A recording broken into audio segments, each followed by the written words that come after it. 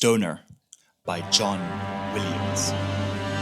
Stop! No. Not composer of Star Wars John Williams or Indiana Jones John Williams or Jaws John Williams. Close Encounters of the Schindler's List John Williams. Not that John Williams. I'm talking about John Edward Williams.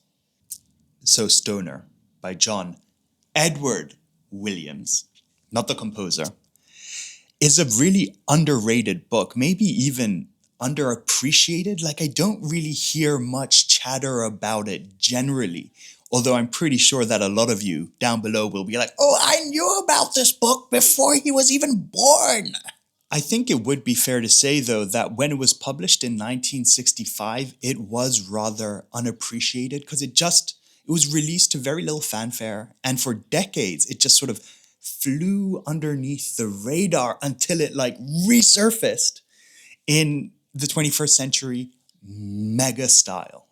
And now it's basically a cult classic. Hey, it might even just be a classic. It is a subtle, powerful, and ruinously poignant masterpiece. It's the sort of book that will get under your skin and then stay with you for a really long time. I have not read a book like this in forever. Hello, and welcome to Reading for Idiots, a channel where I have been recently keeping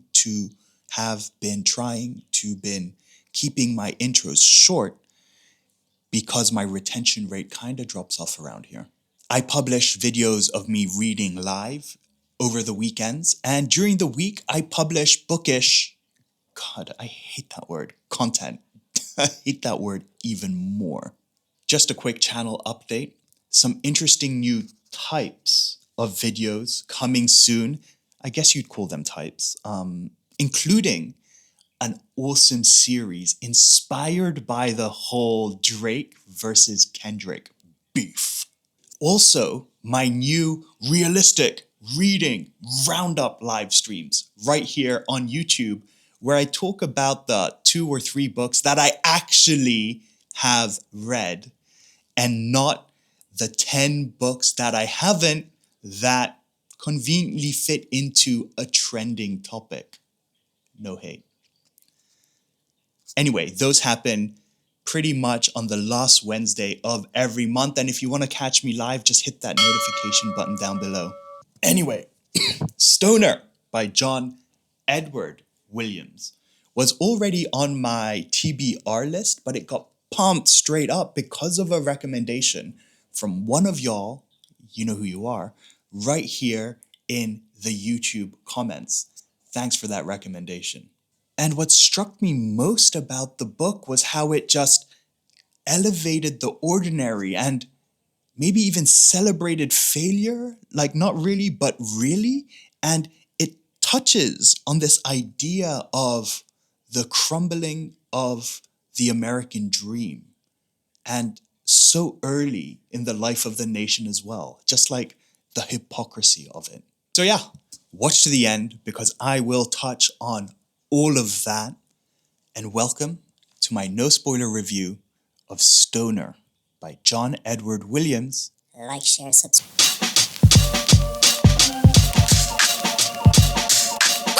So who is this John Edward Williams, whose namesake is one of the greatest cinematic composers of all time?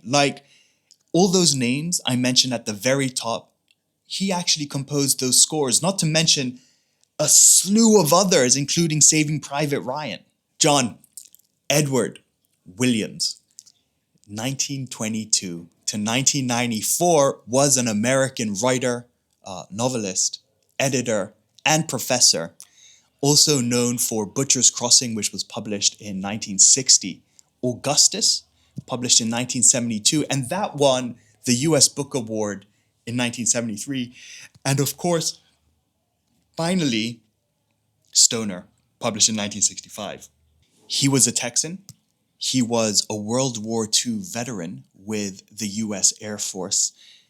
BA/MA at the University of Denver, and he was briefly at the University of Missouri where he was teaching, and he started work on his PhD in English literature.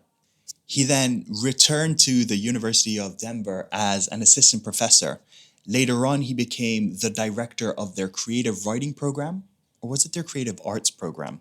It's actually quite funny either way, because you know how they say that those people who can do and those people who can't teach? Well, John Edward Williams did both. And he stayed at the University of Denver in those capacities until he retired in 1985.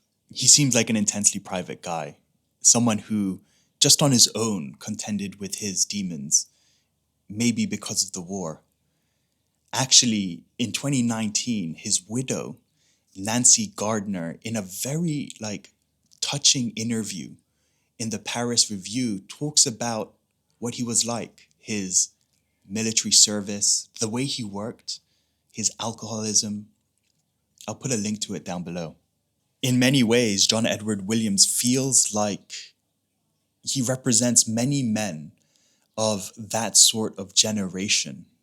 Not that I know very much about it, it's just like the kind of impression I get of him.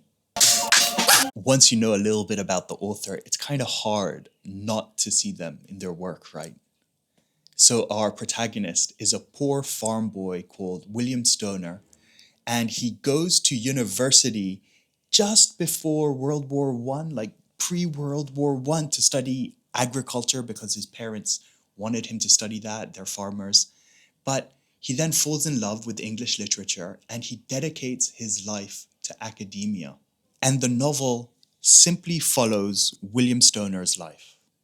Friends, love, marriage, child, World War II, World War I, triumphs, failures, affairs, betrayals, basically all of the wonderful and the mundane ingredients that make up life.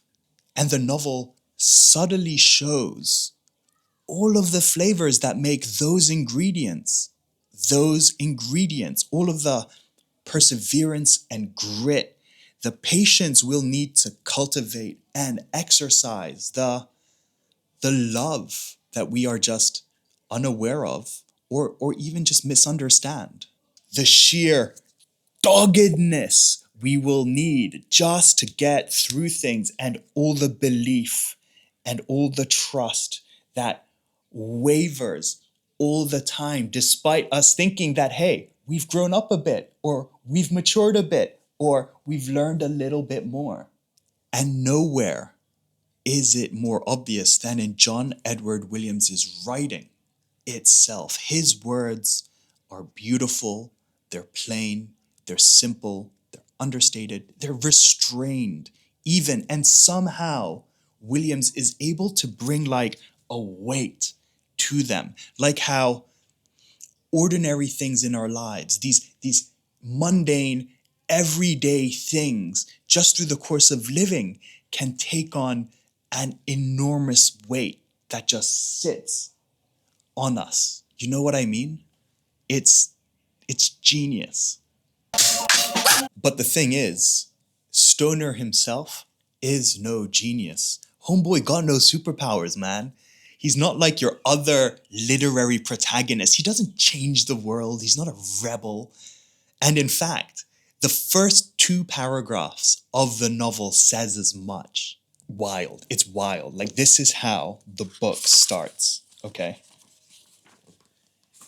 William Stoner entered the University of Missouri as a freshman in the year 1910 at the age of 19.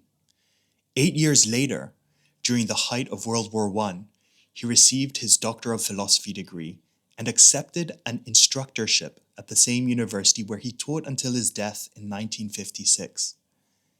He did not rise above the rank of assistant professor, and few of his students remembered him with any sharpness after they had taken his courses. When he died, his colleagues made a memorial contribution of a medieval manuscript to the university library. This manuscript may still be found in the rare books collection bearing the inscription presented to the Library of the University of Missouri in memory of William Stoner, Department of English, by his colleagues. An occasional student who comes upon the name may wonder idly who William Stoner was, but he seldom pursues his curiosity beyond a casual question. Stoner's colleagues, who held him in no particular esteem when he was alive, speak of him rarely now. To the older ones, his name is a reminder of the end that awaits them all. And to the younger ones, it is merely a sound which evokes no sense of the past and no identity with which they can associate themselves or their careers. That's how it starts. Stoner's great strength, like many of ours, even though we probably can't see it in ourselves, is that he simply endures. He just puts up with it. He eats shit day in and day out, and he still is, despite all of that. And that's what makes him such a profoundly relatable character. But the thing is, the novel is intensely hopeful in that subtle, unassuming, stonery way. Because even though we might end up amounting to naught, just the fact that we have lived through it, just the fact that we have experienced it, the good, the bad, and the ugly, that is what life is. That is what makes life beautiful. Because also, remember how when we were younger, I mean, I can certainly remember, and you can see it so clearly in kids, because they're just like, I want to be an astronaut, I want to be a fireman, I want to be a baker. Whatever your dreams are, whatever they were, that idealism, that optimism, that naivety of dreams, that promise of a bright future out there, our destiny to be manifest by us, for us, the promise of the American dream that we all get, but it's only ever achieved by the very few. And that gets replaced bit by bit with a missed opportunity here, a wrong decision there. And now we're stuck in a groove. We're stuck in the groove of some routine we never, ever dreamed of. We clock into a cafe or something like that, and we tell ourselves it's only temporary, but it's already been 5 years. Or we go to an office and we're working for somebody else, and we're feeling unappreciated, we're feeling undervalued and overlooked, and it's already been 10 years. And at times, it all feels rigged against us, right? Like it feels so personal, like the company we wanted to start, the products we wanted to create, the things we wanted to invent that we just spoke about with our roommate in college, they all get dissolved in the acidity of everyday life. And maybe we feel like a failure too when we know actually that we're not really a failure, but we just beat ourselves up with the label because it's only us, it's only we who know what we actually wanted and we weren't able to achieve. It's only we who know the expectations we had of ourselves and let ourselves down. And at the same time, we haven't also experienced the triumphant success that we wanted. And we feel that just as keenly. And then as we get older, and I'm 37 now, we start to see and appreciate all of those small, tiny, unsexy victories and triumphs that we've had in our life.